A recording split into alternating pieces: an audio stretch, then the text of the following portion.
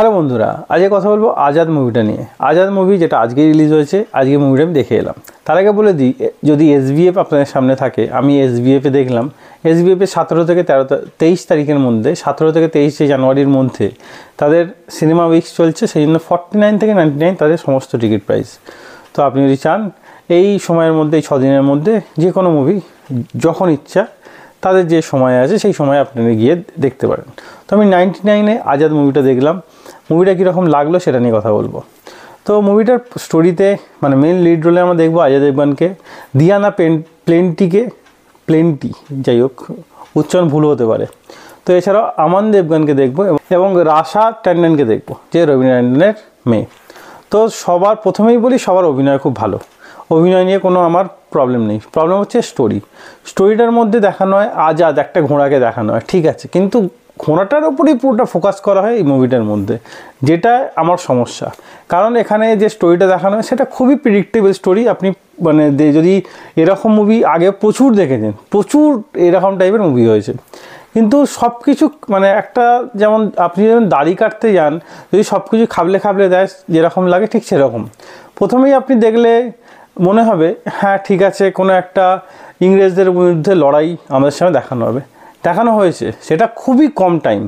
অজয় দেবগন যতটুকু মুভির মধ্যে ছিল ফার্স্ট হাফের শেষের দিকে, ততটুকু মুভিটা ইন্টারেস্টিং ছিল। সেই অজয় দেবগন অজয় দেবগনকে ইংরেজরা যেই মেরে দেবে, তারপর মুভিটা খুবই বোরিং হয়ে যায়।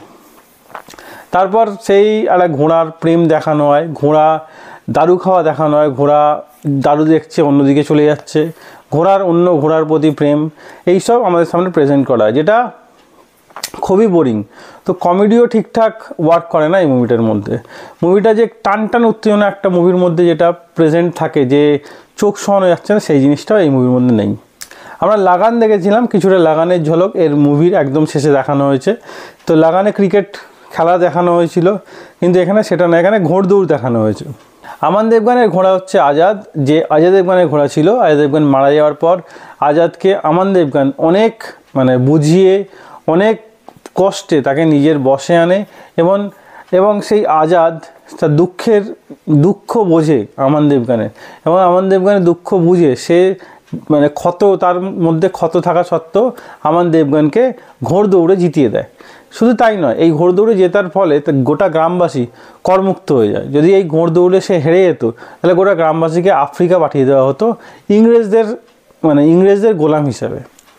তো এই হচ্ছে মুভির স্টোরি। মুভিতে কিছু মানে কিছু খুবই খাপছাড়া, কিছু জিনিস একদম খারাপ বলা যেতে পারে না, কিছু জিনিস ভালো, কিন্তু ম্যাক্সিমামটা খুবই বোরিং। আমি তো দেখেছি প্রথম মুভি হলের মধ্যে ঢুকে, মুভি হল একদমই ফাঁকা, সেরকম লোক নেই বললেই চলে। তারপর মুভির মানে স্টোরির হাফ টাইমের পর লোক উঠে চলে যাচ্ছে মুভি থেকে, সেটাও দেখেছি। মানে মুভিটা এতটাই বোরিং। কিন্তু হ্যাঁ, এখানে ভালো জিনিস, আমান দেবগনের অভিনয় খুব ভালো। সে যতটুকু সে নিজের পুরোটা দিয়ে অভিনয় করেছে, তাকে দেখতে আপনার খুব একটা খারাপ লাগবে না। আর এখানে রাশা ট্যান্ডনের অভিনয় খুব ভালো, কিন্তু এখানে স্টোরির মধ্যে যে একটা দম, সেই জিনিসটা নেই। স্টোরি প্রেজেন্টেশন আমাদের সামনে সেরকমভাবে রাখা হয়নি, এবং ক্যারেক্টার বিল্ড আপ ঠিক মতো না হওয়ার জন্য আমরা সেই ক্যারেক্টারের সঙ্গে ডাইরেক্ট কানেক্ট হতে পারি না। সেই ডাইরেক্ট কানেক্ট না হওয়ার জন্য আমাদের এই মুভিটার যে একটা মানে তো এই মুভিটার মধ্যে যে ক্যারেক্টারের সঙ্গে আর আমাদের যে কানেকশান, সেই কানেকশানটা হয় না। তাই এই জবটা সেই এক্সপিরিয়েন্সও পাই না। এখানে কোনো ইমোশন সিন আমাদের সামনে জোর করে ঢোকানোর চেষ্টা করা হয়েছে, যেটা না ঢোকালেও চলতো। তো যাই হোক, এই মুভিটা ওয়ান টাইম ওয়াচ, আপনি একবার দেখতেই পারেন, কিন্তু খুব একটা এক্সপেকটেশন নিয়ে মুভিটা দেখতে যাবেন না, আপনি নিরাশই হবেন। অজয় দেবগনের যতটুকু সিন অজয় দেবগন ছিল, সেই ততটুকু সিনই মুভিটার মধ্যে ভালো। আর লাস্টের দিকে ঘোড়দৌড়টা ভালো দেখানো হয়েছে। এই দুটো সিন বাদ দিলে এই মুভিটার মধ্যে আর কিছুই নেই।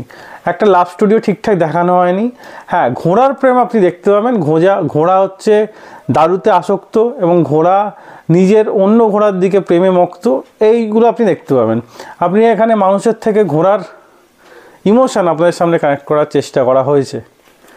আমি এই মুভিকে দিলাম 2 আউট অফ 5 স্টার। আপনি চাইলে একবার মুভিটা দেখতেই পারেন। 2 শুধুমাত্র এই অজয় দেবগন যতটুকু ছিল সেইটুকুর জন্য, আর রাশা ট্যান্ডন অ্যান্ড আমান দেবগনের অভিনয়ের জন্য।